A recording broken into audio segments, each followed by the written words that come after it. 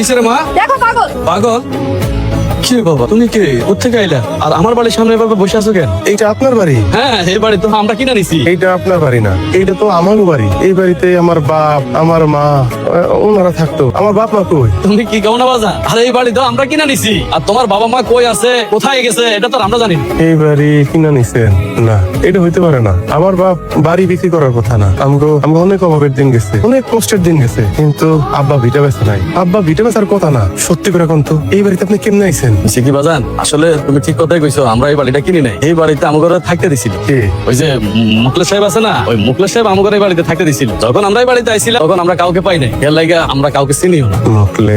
মুখলেস আপনার বাড়িতে মাঝে মধ্যে আসে, তাই না? আমার বাবা মা, আমার পিতা সব শেষ, সব শেষ। আচ্ছা বাজান, তুমি একটা কথা কও তো, তুমি কি তোমার এই অবস্থা কে? নিয়তির খেলা। আপনি আপনি আবার আইছেন? কেন আইছেন আপনি? আমার তো যাওয়ার কোনো জায়গা নাই মিতা। আপনি কেন বুঝতেছেন না?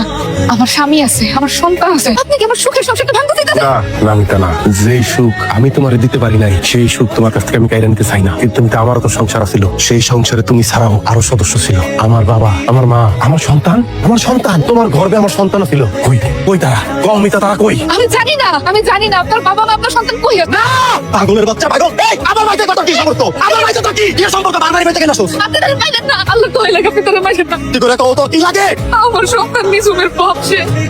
তার মানে তুমি যে ব্যক্তির কথা কইতে, তোমার যে পূর্বের স্বামী, উনি সেই ব্যক্তি? ভাই, আপনি তো অনেক ভালো মানুষ। আমি মিতার মুখে সবসময় আপনার অনেক কথা শুনছি, কিন্তু এত বছর পর আপনি কেমনে ফেরত আসলেন? আর এইখানে কেন? আর তাছাড়া আমার কাছে কেন? আচ্ছা ভাইজান, বলুন তো, মানে আমি আমি আপনার কি উপকার করতে পারি, একটু আমার বলুন। বাইরে আপনি এমনি আমার অনেক বড় উপকার করছেন। যেই মানুষটারে আমি কথা দিছিলাম সুখে রাখুন, আমি আমার কথা রাখতে পারি নাই, কিন্তু আপনি তার পাশে ছায়া হয়ে দাঁড়াইছেন। মাথার উপরে চাল দিছেন, একটা সুখের সংসার দিছেন। তারে কোনোদিন কষ্ট দেন না। মেয়েটা খুব ভালো মানুষ, তারে দেখা রেখেন। আপনি আমার ভুল বুঝেন না। আসলে এখানে আমার কোনো দোষ ছিল না। আমরা কই কি আমার ছেলের ফিরে আসার আর মনে হয় কোনো সম্ভাবনা নাই। আশা আমরা ছেড়ে দিছি। আমার ছেলের বোধহয় মাটি এটাও দিতে পারলাম না আমরা। কিন্তু তোমার তো সারাটা জীবন পড়ে আছে গো মা। গো, তোমার বাপ ভাই বসে তোমার আবার বিয়ে দিব, এটা কথাটা ঠিক হয়েছে। তোমার তো সারাটা জীবন পড়ে আছে মা। তুমি তাকে কথায় রাজি হয়ে অন্য কোনো জায়গায় সংসার করবো। আমার কারো প্রতি কোনো অভিযোগ নেই, কিন্তু অনেক আশা নিয়ে আসছিলাম যে পরিবারের সদস্যগুলির কাছে পাবো। আর বাকি তো খবর তো জানিই না। তুমি সত্যি জানো না কোথায় আমার বাপ মা, কোথায় আমার পরিবার টুকরা, আমার সন্তান।